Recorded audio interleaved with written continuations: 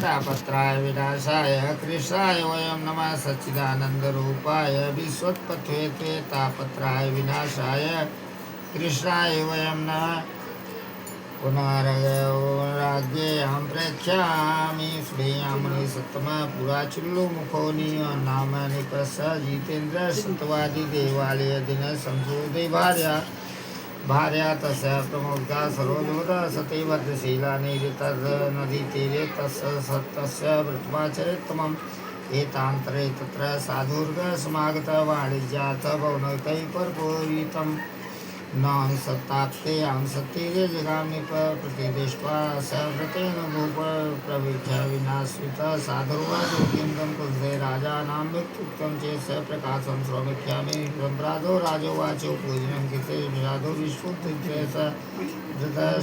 करे सुनक ऋषियों। एक तुंगध्वज नाम के राजा थे। उन्होंने एक समय भद्रशिला नदी के किनारे पर अपनी पत्नी के साथ में बैठकर भगवान कृष्ण नारायण का व्रत कर रहे हैं और वह उनकी पत्नी धर्मिष्ठ थी और धर्म की पालन अपने पति की सेवा करने वाली थी। एक ही धर्म एक व्रत नेमा अकाय वचन मम पति पद प्रिय। अपने पति की सेवा करने वाली नारी को प्रतिव्रता स्त्री जो अपने पति की सेवा। उसके साथ में कथा सुन रहे हैं। वहाँ एक चिल्लू मुख नाम का वैश्य, उसका रूप तो साधु का था लेकिन उसका कार्य व्यापारी की। उसके पास धन संपदा सब कुछ था लेकिन उसके पास कोई संतान नहीं था, इसलिए बड़ा दुखी। उसकी पत्नी का नाम था लीलावती। लीलावती बड़ा दुखी रहा क्योंकि कोई संतान नहीं थे। तो वह जब वो गया नाव नदी किनारे लगाया, राजा रानी बैठ कथा सुन रहे हैं तो वह भी कथा सुन। कथा समाप्त हो गई। पूछने लगा कि हे राजन, आप दोनों प्राणी भक्ति किस देवता का व्रत करें, इसके करने से क्या फल होगा? कहा भगवान सत्यनारायण का व्रत सर्व मंगल मंगले श्री सर्वार्थ साधिके श्रेय त्र्यंबके गौरी नारायणी नमोस्तुते। यह पूजन जो आप कर रहे हैं आपका तो कल्याण होगा ही, लेकिन जो सुनता है जो आता है उसका भी अच्छा होता है ना? तो इसी तरह से कहा मैं अपने परिवार बच्चों के लिए सुख शांति के लिए भगवान सत्यनारायण की पूजा कर रहा हूँ। इनके करने से धन धान पुत्र पौध। जब बनिया ने सुना संतान देने वाला है पुत्र पौध, कहा कि हे राजन, मेरे पास धन संपदा सब कुछ रहते हुए हमारे पास कोई संतान नहीं, मेरी पत्नी बांझ है, इसलिए बहुत बड़ा कलंक है। राजा ने कहा ठीक है, यह भगवान का प्रसाद लो। भगवान का प्रसाद दिए। कहा तुम भी खाओ, तुम पत्नी खुलाओ, जब तुम्हारे संतान होंगे तो इसी प्रकार से तुम व्रत कर। वह लेकर गया, उसकी पत्नी को बताया व्रत का विधान। तो उसने सोचा कि ये इस व्रत को मेरे पास सब कुछ है, रुपये पैसा आज ही क्यों न कर। पत्नी ने कहा आज ही क्यों न कर। लेकिन बनिया बड़ा कंजूस था। बनिया ने सोचा क्या बताए, भगवान का व्रत करे, पैसा खर्च हो जाए, व्यापार बंद करना पड़ेगा, हाँ, असंतान हो कि नहीं हो। मन में भाव कुभाव नहीं रखना चाहिए।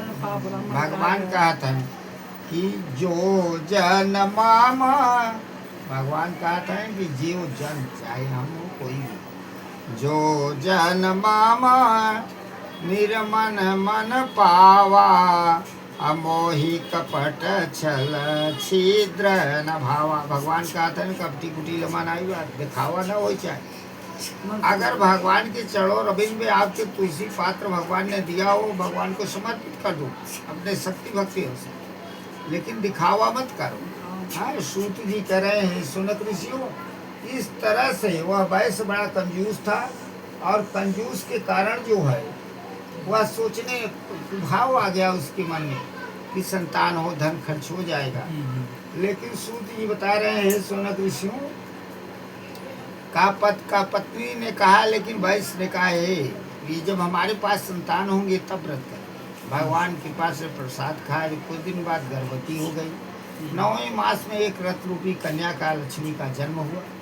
बनिया ने सुना कन्या जन्म हुई। बनिया को बड़ा दुख कि बहुत दिन बाद भगवान ने संतान दिए तो लड़की पैदा हो गई। अब मुझे भगवान कथा भी सुनना पड़ेगा, बड़ी हो जाएगी, विवाह भी करना पड़ेगा, हाँ, दहेज देना, तरह तरह की भाव मन में कुबुद्धि उत्पन्न होने लगी। हाँ, छठी हुई, बरही हुई। पत्नी ने कहा आपने संकल्प किया था मेरे पास कोई भी सब होंगे संतान तो मैं आपका व्रत करूँगा। लेकिन जो है बनिया सोचा क्या बताएं, यह तो मेरा खर्चा बढ़ गया। इस तरह से कहा तुम प्रिय नहीं, लड़की बड़ी होगा, इसका नामकरण होगा, उसी में विवाह भी हो जाएगा, जो है भगवान की पूजा हो जाएगी। ऐसा समझाया बुझाया मान जाता है, बढ़िया व्यापार लिप्त होता है। और कुछ भगवान का जब व्रत नहीं होता तो भगवान रुष्ट हो जाते हैं। राजा चंद्रकेत के नगर में व्यापार करने के लिए जा रहा है, दूसरे राज्य, और जो है वहाँ के राजा चंद्रकेत सो रहे हैं, उनको स्वप्न हो रहा है तुम्हारे राज्य में चोरी होने वाली। राजा के सिपाही, राजा ने कहा भाई हमारी राज की रक्षा करो। राजा के सिपाही गए, बस एक स्थान पर ठहरे थे, पकड़ लिए, धन भी छीना गया, जेल घर में पड़ गया। और कलावती कन्या सो रही, उसको स्वप्न हो रहा है तुम्हारी पिता और जो है पति राजा चंद्रकेत के गृह में, बंदी गृह में पड़े। वह उठकर भगवान के मंदिर में जाकर भगवान से क्षमा मांगी।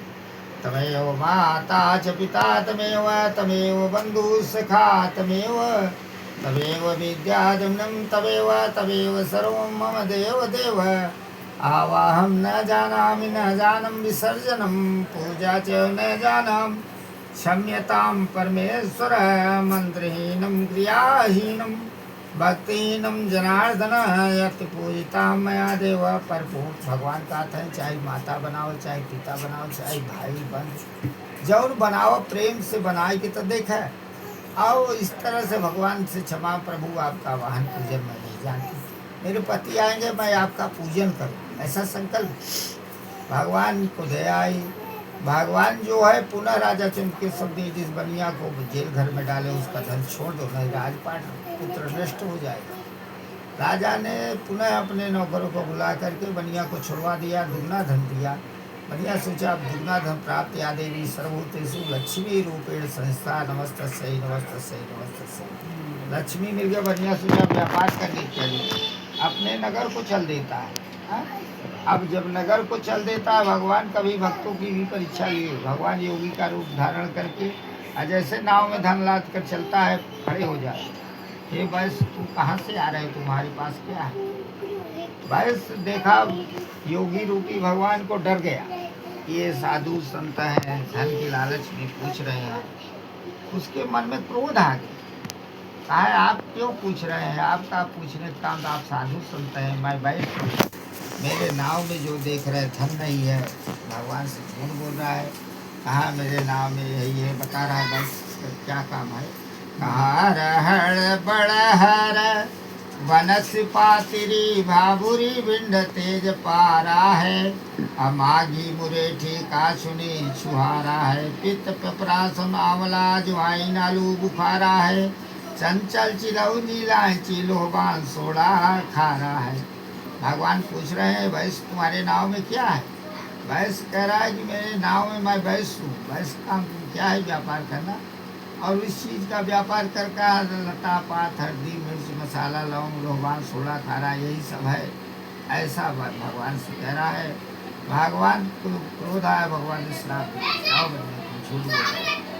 बढ़िया नाव लेकर जा रहा है, कुछ दूर जहाँ सोने चांदी से दबकर चल रही पत्ती का समान बहने लगी, तो दूर गया देखा तो सब लता पात हल्दी मिर्च मसाला हो गया, उसका धन गायब हो गया।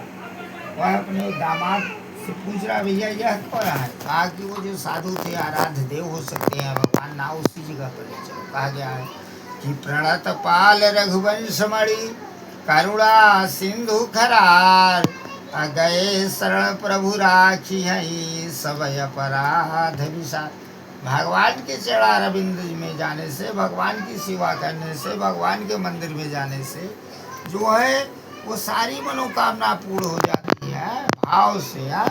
तो इसी तरह से पर जाकर पुनः आता है, भगवान सब देख रहे हैं, भगवान चरणों की क्षमा मांगता कि प्रभु हमारा अपराध क्षमा करो, मैं आपसे झूठ बोला है।